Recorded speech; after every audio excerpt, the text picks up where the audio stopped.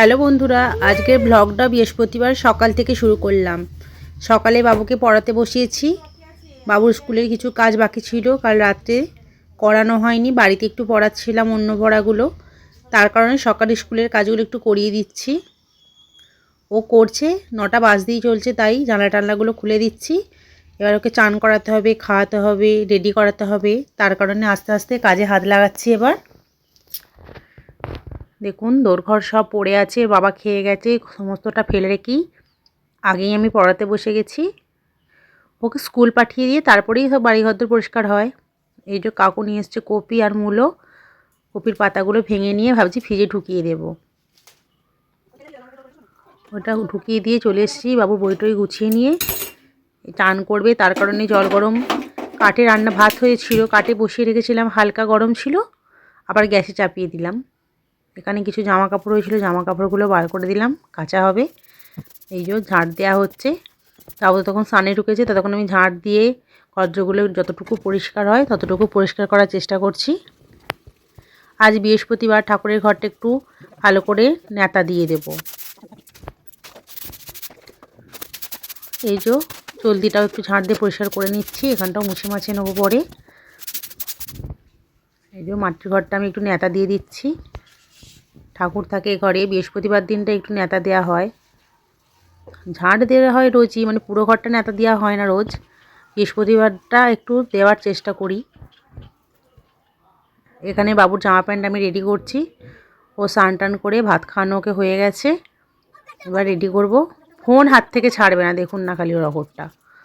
Cream trim মাখিয়ে দিচ্ছি, যেহেতু শীত একটু একটু আসছে, কাহার যেন ঝিরভির করছে, তার কারণে ক্রিম ট্রিম মাখাচ্ছি। ফোনটা রাখতে বলছি, কিছুতেই সে ফোনটা রাখবে না, যতই ফোন ফেলে দিই ততই ফোন নিয়ে নেয়। দেখুন না খালি, ওকে রেডি করাটা মানে প্রচুর দুষ্কর। ওইভাবে হাতে ফোন ধরে থাকবো, এক হাতটা মানে জামা পরাবো, এক হাতে আবার ধরবে, এক হাত পরাবো, এক হাত ধরবে, এইভাবে পড়াচ্ছি। ও জেঠু এসে গেছে, আজ জেঠুর সাথে স্কুলে যাবে, তার কারণে আমি রেডি হইনি, ওকেই শুধু রেডি করে দিলাম। অন্যদিন আমি স্কুলে দিয়ে আসতে গেলে আর তাড়াতাড়ি করে কোনো ব্লগ ভিডিও বা এমনি ভিডিও বানানো হয় না। আর জেঠু যেহেতু যাবে, আমি ওই জেঠু জেম্মায়ের সাথেই কথা বলছি। ও কি তোমায় ভাড়া দেয় নাকি রোজ রোজ নিয়ে যাচ্ছ ওকে? হ্যাঁ, এটা তো আমার পার্টনার ব্যাগ নিয়ে যাচ্ছে। হ্যাঁ দেখে বলছে এখন আবার ব্যাগটাও আনছে না, আমাকে বই নিয়ে আসতে হচ্ছে। বলছে তুমি কালকে স্কুলে মাথা ফাটিয়ে এসেছে, সেসব কথাই ওর জেম্মা বলছে। কালকে স্কুলে কীভাবে মাথা ফাটিয়েছে, মানে বন্ধুদেরকে বাঁচানোর এতই তাগিদ, ও একটা বন্ধুর নাম এসে বলে ফেলেছে যে ও ঠেলে ফেলে দিয়েছিল, মাথাটায় লেগে ফেটে গেছে। তারপরে এত জিজ্ঞাসা করছি আমি, ওর বাবা, ওর জেম্মা, এত জিজ্ঞাসা করছি, কিছুতেই বলবে না যে কে ফেলে ফাটিয়ে দিয়েছে। তার উপর ঠাম্মি ইয়ার্কি করে বলেছে কালকে ওর মা ঝগড়া করতে যাবে, যে মাথা ফাটিয়ে দিয়েছে ও ভেবেছে সত্যি সত্যি ওর মা ঝগড়া করতে যাবে, তাহলে তো ওর মান সম্মান থাকবে না। সে কারণে কিছুতেই বলবে না যে কে ওর মাথা ফাটিয়ে দিয়েছে। শেষমেশ আর বললো না। রাত্রেবেলা মানে বাবা অনেক বুঝিয়ে সুঝিয়ে বললো মারবে না, সত্যি কথা বলতে হয় বলো, তারপরে বললো সত্যিটা যে কিভাবে মাথা ফেটেছে। তাও মানে ধরা যাচ্ছে না যে আদৌ সত্যি কি মিথ্যা। একবার বলছে একটা ছেলে ফেলে দিয়েছে, তার নাম বলছে, একবার বলছে দোলনা থেকে পড়ে গেছি, একবার বলছে স্লিপ খেতে গিয়ে পড়ে গেছি, বুঝতে পারছি না। এই যে যাকে যাক টিফিন গুছিয়ে দিয়েছি, দেরি হয়ে যাচ্ছে, ও জেঠু গাড়ি নিয়ে বেরিয়ে পড়েছে, ও বুটটা পড়ছে, আমিও তাড়াতাড়ি করে বোতলটা ঢুকিয়ে দিচ্ছি।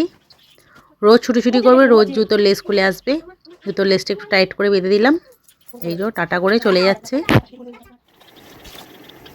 এবার আমি ঘরদোরগুলো পরিষ্কার করে নিই, তখন তো ঝাঁট দিয়ে দিয়েছিলাম, এবার মোছামুছির পালা।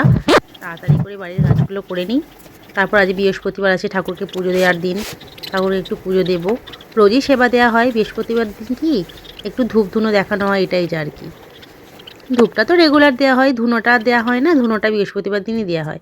এখানে বাবু শীতের জামাগুলো আলাদা করে রাখবো বলে একটা ঝুড়ির মধ্যে রেখে দিলাম।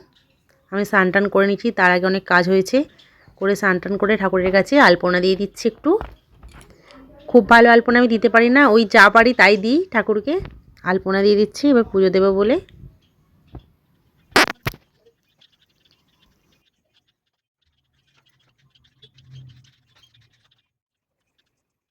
আলপনাটা শুকোতে দিয়ে আমি ছাদে দুটো ফুল তুলে নিতে এসেছি ঠাকুরকে দেবো বলে। এই যে নয়নতারা ফুল গাছে কিছু ফুল ফুটেছে, আমি তুলে নিচ্ছি, এগুলো দিয়ে যে পুজো দেব।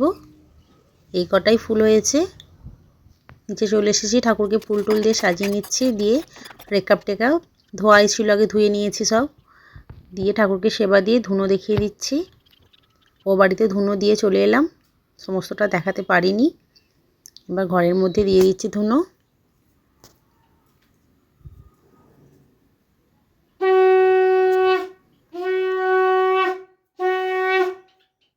আমার পুজো দেওয়া কমপ্লিট হয়ে গেছে। ব্লগটা এখানেই শেষ করছি। আপনাদের যদি আমার ব্লগটা ভালো লেগে থাকে অবশ্যই লাইক কমেন্ট করে দেবেন।